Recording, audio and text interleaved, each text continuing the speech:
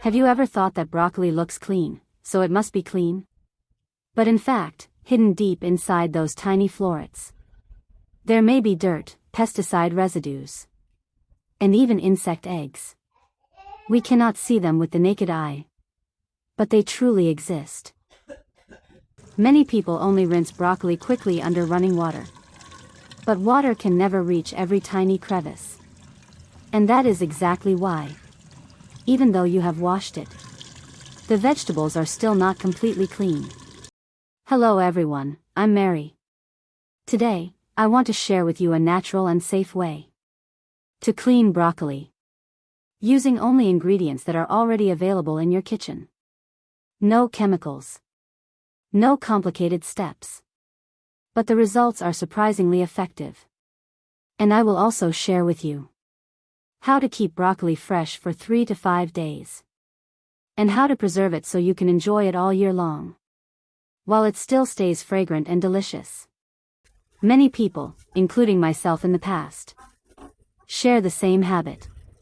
As soon as we bring broccoli home, we put it straight into the refrigerator. As you can see, the broccoli becomes damp from trapped moisture. And this causes the broccoli to turn yellow and become soft very quickly, sometimes in just 2 to 3 days.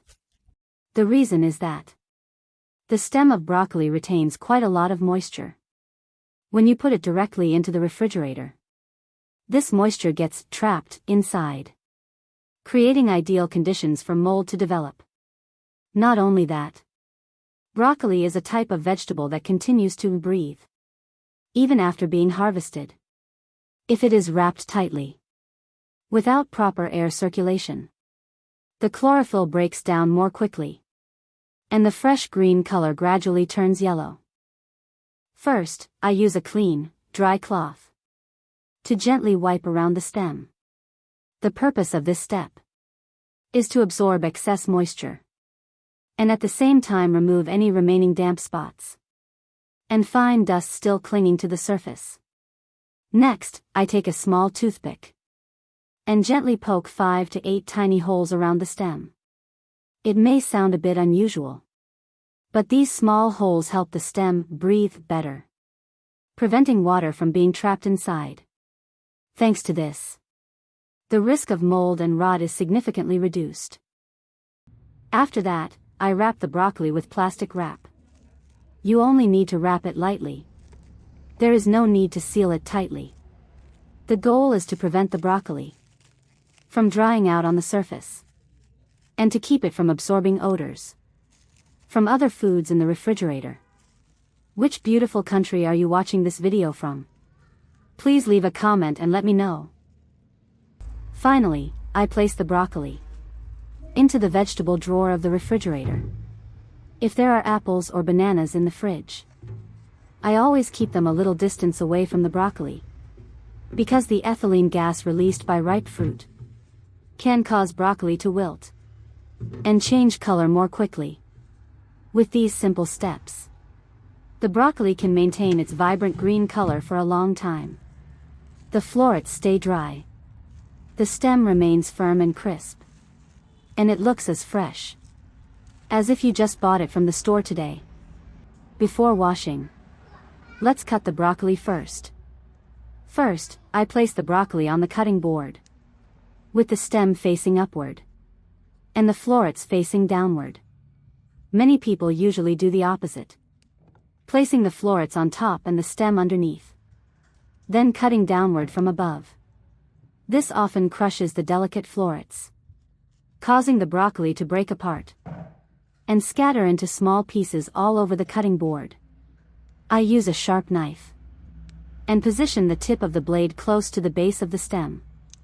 Then I make small cuts around the main stem, gently separating each floret from underneath.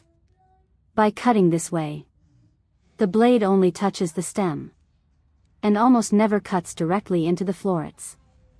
As a result, the broccoli florets stay round, intact, and are not bruised or crushed.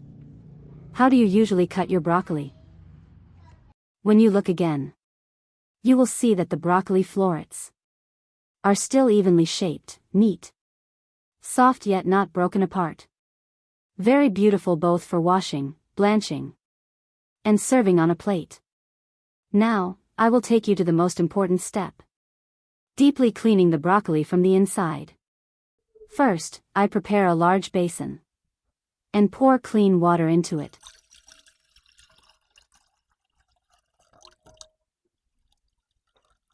Then, I add a little salt, a small amount of baking soda, and 1 spoon of flour. These 3 ingredients work together to create a very gentle solution that can clean deeply without causing any harm to the broccoli. I stir gently until everything dissolves into the water, forming a slightly cloudy mixture that looks very mild and soft. Once the solution is ready, I place each broccoli floret into the basin, making sure the water completely covers them, so the mixture can seep into even the tiniest crevices of the florets. Then, I let them sit for about 10 minutes. This is a very important step, because during this time, the flour slowly clings to dirt and debris and pulls them out from deep inside the florets. The salt provides gentle antibacterial action, and the baking soda helps remove any remaining pesticide residues. You don't need to do anything at all. Just let everything sit and allow the process to work naturally. It's very simple, yet far more effective than regular rinsing. After 10 minutes, I gently swirl the broccoli in the basin with my hand. This is always the moment that surprises many people, because the water becomes even cloudier, and sometimes you can see tiny particles floating out that were completely invisible before. Those are the impurities hidden deep inside the florets. Every time I see this, I feel reassured that spending a few extra minutes on this step is absolutely worth it. Once everything has been gently mixed, I pour out the dirty water and begin rinsing each floret under running water. I lightly rotate each piece in my hand to make sure all traces of flour and dirt are fully washed away. I keep rinsing until the water runs completely clear and the broccoli feels lighter, looser, and brighter in color. When you lift the broccoli up, you will notice a real difference. Clean, fresh, and carrying a very pleasant natural scent. This is the sign that the broccoli is now ready to be blanched or cooked in any way you like. After rinsing and seeing that the broccoli is light, loose, and bright in color, I always blanch it briefly before cooking. This small step helps the broccoli maintain its beautiful green color, retain its natural crunch, and soften the slightly bitter taste. If your broccoli often turns dull in color or becomes soft too quickly, blanching is the best solution.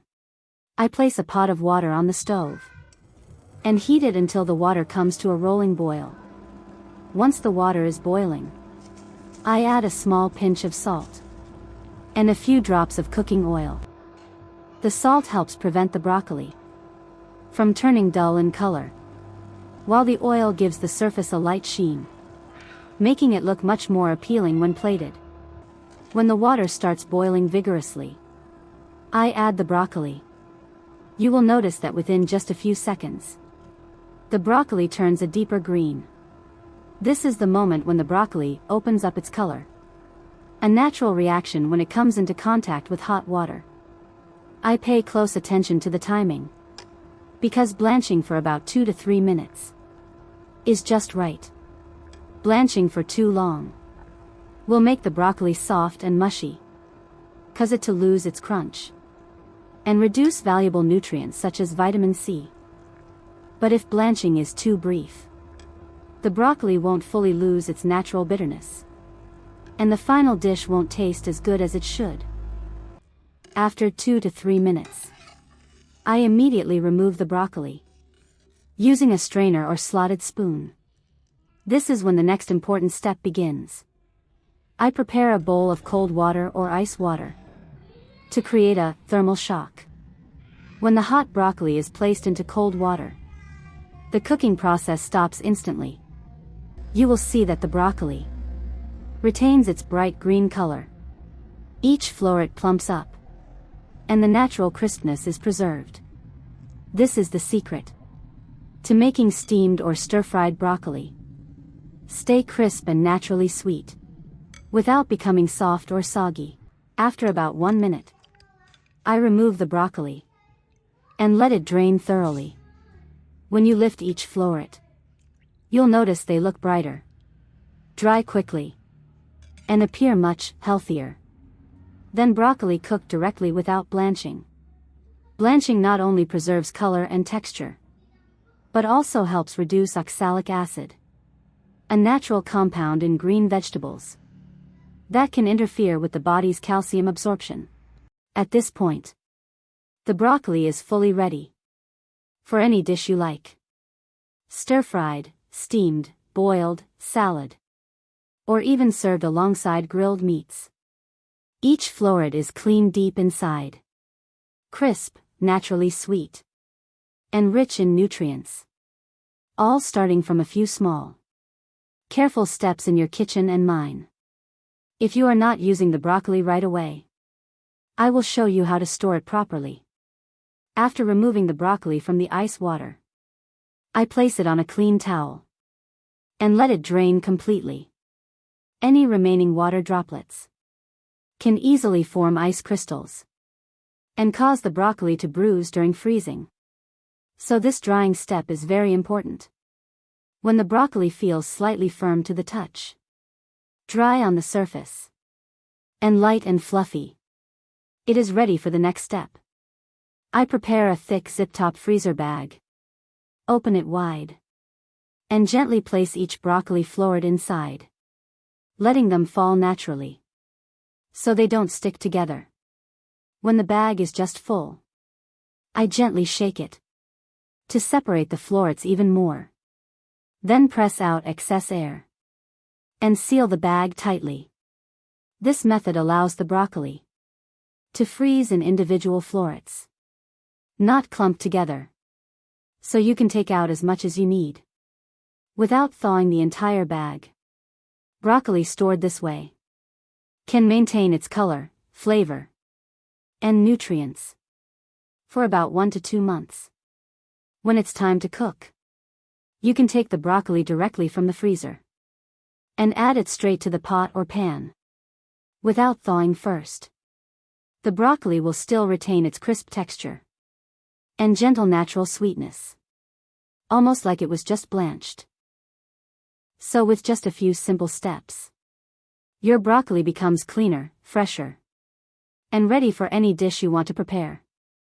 I hope today's sharing helps you feel more confident in your kitchen. Thank you for staying with me until the end of the video. If you have another method, please share it in the comments. I would truly love to hear your story. Don't forget to press like and subscribe to the Merry Home channel. See you again in the next videos.